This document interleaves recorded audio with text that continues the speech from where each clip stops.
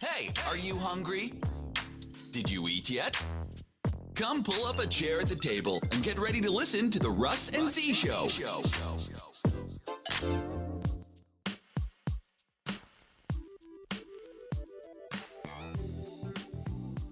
What's up? What's up? Hello. Welcome to the basement. Hello. We're here again with a new episode where we're talking about COVID. Wait a minute. Did you hear that fancy tune at the beginning? Yeah, man. That little jank. We coming up. We are coming up. I know you heard that fancy tune. Oh, little jingle. I'm telling you, hey, we are doing this thing. Like I said, thank you guys again for giving us feedback. Thank you for reaching out. We want to say shout out to the people who came to interview with us. Yes. It was awesome. It was great.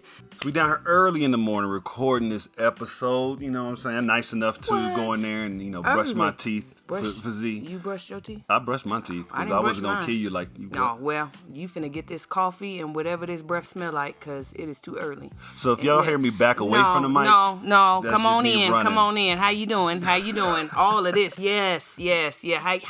Hello. Did you see that? Oh. The wind. Yeah. Why you gotta look like that? Because my nose hairs are burning. See, what he not finna do is play me in public. Anyway, what are we talking about today? All right, we back on COVID. So I know we ended last week kind of talking about COVID and the fun thing that we had to deal with Mr. I'm going to pull my mask down. Captain Sneeze Pants. To sneeze. The topic for this episode is 5G sneezes and Stimi check dreams. Stimi check dreams. Did y'all, who's out there got their Stimi check, y'all? Hey, let me just tell you guys, there is no shame in Stimi check. There ain't no shame in free money at all. You hear me? Put that thing in a savings account or pay some bills back. But what in the heck is folks finna do with $600? I digress. We are not finna get into that. All we know that yesterday we went to the grocery store. Y'all ridiculous. If y'all did get them already. Man.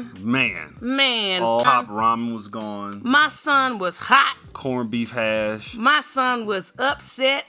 Wasn't no Vienna sausages. Nothing. My goodness. Oh, my God. But it's all good. We're going to keep this thing rolling. What about COVID? Let's get back to the subject. Not something to be messed with. I know a lot of people are kind of taking it as though it's just something where it's like a flu or anything like that. It is not the flu. But these numbers ain't playing. Man, the stats right now, we have over 20 million infected. That's nationwide. That is just America. 350,000 dead, you guys. These are real people. I don't care if you think it's the flu or not. These are real loved ones, and we're going to say rest in peace to those people who lost their lives last year and even at the beginning of this year. This thing is taking people out too soon. But do you know how we're losing people?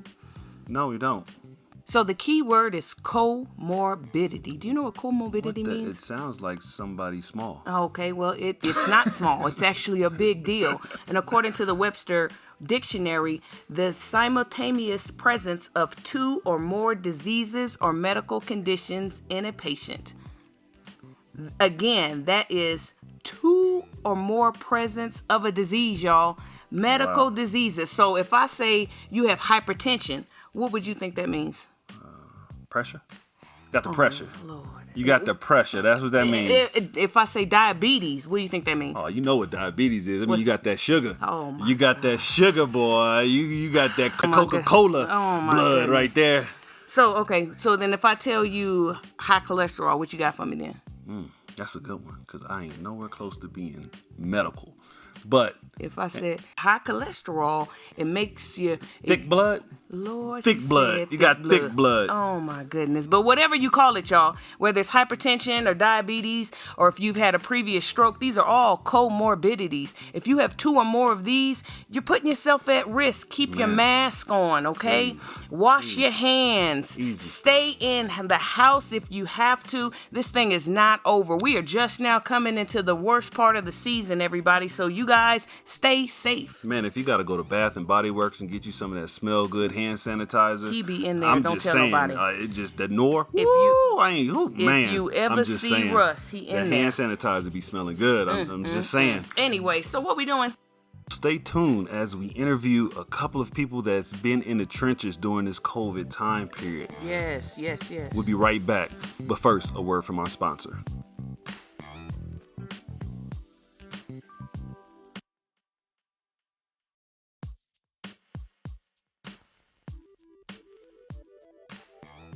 We're back with our two guests, and like I said, we were able to call them and get some information from them, and we want to thank them first of all. Thank you so much for giving us that information. And so we have Tanya Fowler, who's a registered nurse down in San Antonio. San Antonio, great state of Texas. That's right.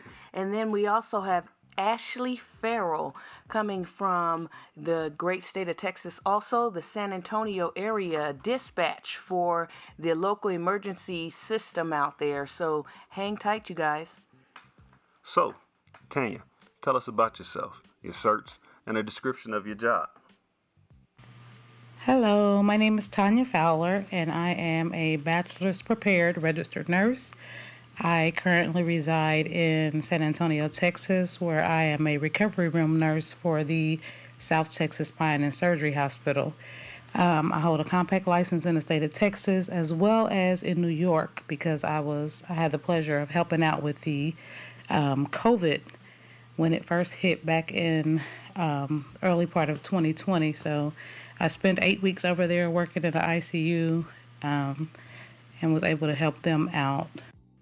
Wow, so you spent 8 weeks out there in New York. That is, we got to give it to you. Hats off, Absolutely. Salute to you to go out there as a volunteer. She's so modest, you guys. She went out there. She left her own family. She has her own family, her husband, and a love connection and family connection in Texas and took herself to New York to help. That's what service is about, showing up, you guys, not just saying, be about it. All my Air Force people know service before self. That's one of their core values. So shout out to her for doing that. So since you were in New York, how was it going to New York during its increase in cases?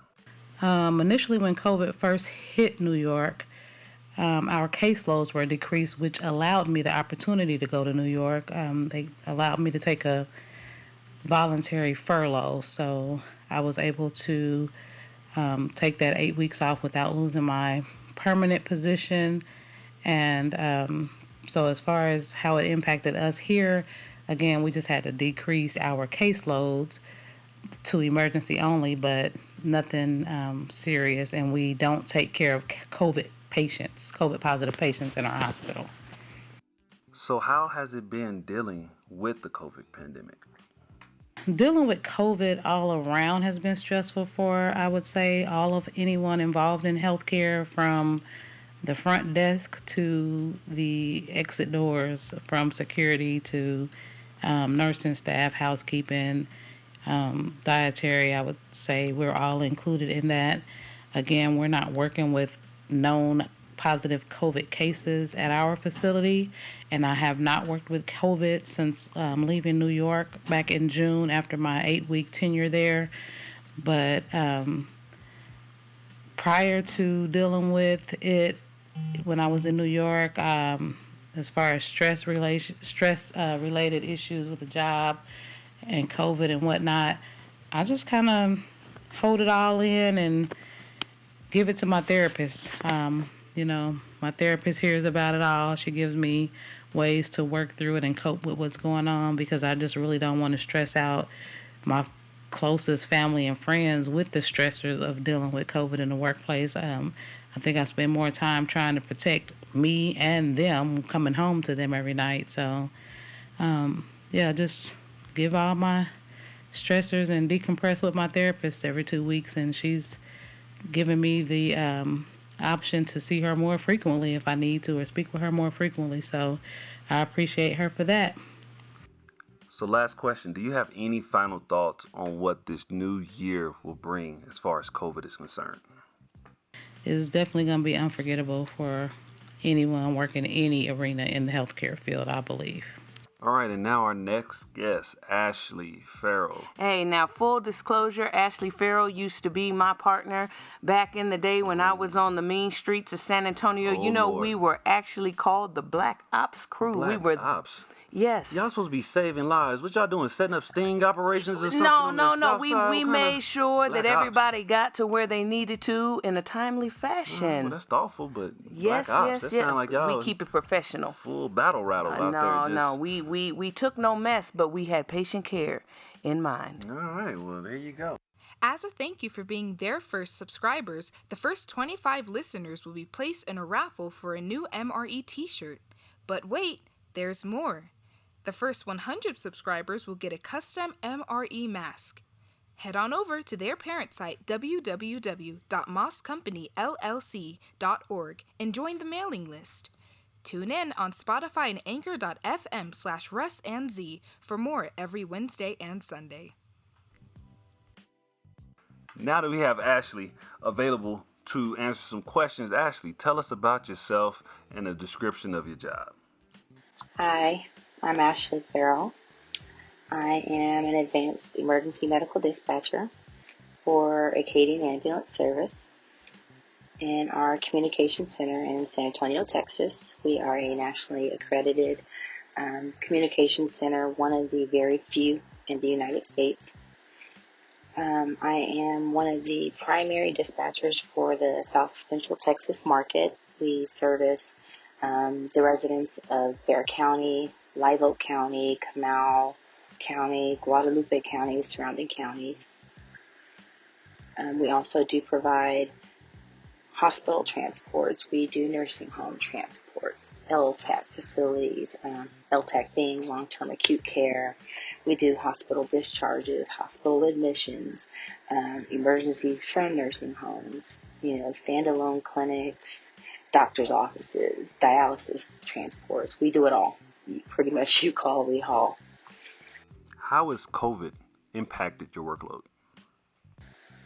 How has COVID impacted my workload? Man, I can honestly say we went from 0 to 100 real quick. We all thought it was going to be, something short-lived. No. We were all proven wrong. We were all proved wrong. Our workloads, we have been, our transports, COVID-related transports alone have increased every month. We got an email from our medical director around mid-December, before the new year hit. And, just from the last week in November to the end of the first week in November, just Texas alone, our COVID-related transports went from 662 to 743. It's really sad. How I view my job, man, I have so much respect for the people I work alongside with in the communication center. I have so much more respect for, the EMTs, the intermediates, the paramedics in the field, putting their lives on the line. According to our medical director, Dr. Charles Grinnell, compared to nurses, their death rate is 3 times higher. And compared to doctors, their death rate is 5 times higher. And our EMTs and our medics, they have a 20% higher chance than fire department and police department, catching COVID, from doing nursing home transports, pre-hospital transports, hospital transports, LTAC, etc. They have so much more of a higher exposure rate. And I have so much respect for them. I have so much more respect for them. With that, and I know you being a dispatcher and taking calls left and right, how do you decompress at the end of the day? What do you do? When I leave work, I try to leave it there. For the most part, I do. I'm able to. When I get home, I just deal with home and my daughters. I leave it at the door. Once I get my daughter situated, some days I'll have a glass of wine, relax till I go to sleep. Some days I'll have the beer, read, just go to bed. But I try not to let work interfere with home. I don't want my girls sensing that. I don't want to bring that negative energy home. Wow, that's crazy. Man. I appreciate both sides. It's like, you're trying to decompress and trying to compartmentalize. But can you imagine having to take some of this stuff home, you guys? I've lived it. It's not that easy. Shout out to the people who have a support system. Anybody who's working in the medical field at all, these people are busting their humps, you guys. I cannot express enough how you need to appreciate these people. They have their own issues and they're coming out and they're helping others. That is service before self. yourself. That is what God teaches. Yes. That is everything positive that we need in the United States right now. That's right. And it's just one of those things where, these are doctors, these are nurses, these are healthcare workers, first Dispatch. responders, Yes. firefighters, police officers. All these people are the first ones on the scene dealing with whatever the case may be. It could be somebody who's really sick from COVID, and they're the first ones out there, And so God bless them. Definitely be with them when they're out there. Stay safe out there. Yes. Put Hey, that hey. mask One on. of people that don't get enough credit. Who's that? The janitors. Man, the people that are cleaning have to clean up What? after it. That is so The sanitizing That people. is so true. Because, Shout out to them. That is so true. I know a lot of companies, whenever they have a lot of Fortune 500 companies and big companies, whenever they do have someone who had COVID, those are the first people that got to go in and clean those areas. Yes, so, yes. shout out to you guys for going in and like I said, making sure it's safe for everyone else. So, Thank like you. I said, we got to thank everyone out there. The next topic that we're talking about, What is it? professionalism in the workplace. Oh, because I be having my sparkle flip-flops on down here. That's professionalism to me. Professionalism, Yeah. sparkle flip-flops. Yeah, well, Huh? 'cause, I got on your lovely polka dot socks. Is that acceptable? Put that out there like that. Is Yes, that- because that's them some good socks. I'm but just so, telling you. is that Foot what you're feel saying? warm and toasty, don't they? Is that professional? It's like 10 degrees outside, so them socks gonna help you out. I'm just saying. Oh, so then what we going to tell them about then? So professionalism in the workplace. We're gonna talk about professionalism at work. We're gonna talk about professionalism while working from home. Yes. Yes, you can have professionalism working from home. Oh, we've heard about the Zoom calls, y'all. Come on, y'all. Walking by just as Naked. fresh as a daisy. Y'all mamas Come on. slapping kids on the top of the head while they're trying to learn the math. Now, see. Can't be doing that. We can't be doing that. So we're going to talk about professionalism in all aspects. Yes. How to keep it professional. I mean, I know you guys are dealing with folks sometimes out there, and it's hard to deal with them. We're going to give you guys some tips, expert Couple of advice, tips. and we're going to get back with you. So, as a last thought, we want you to be. The change you want to see. That's right.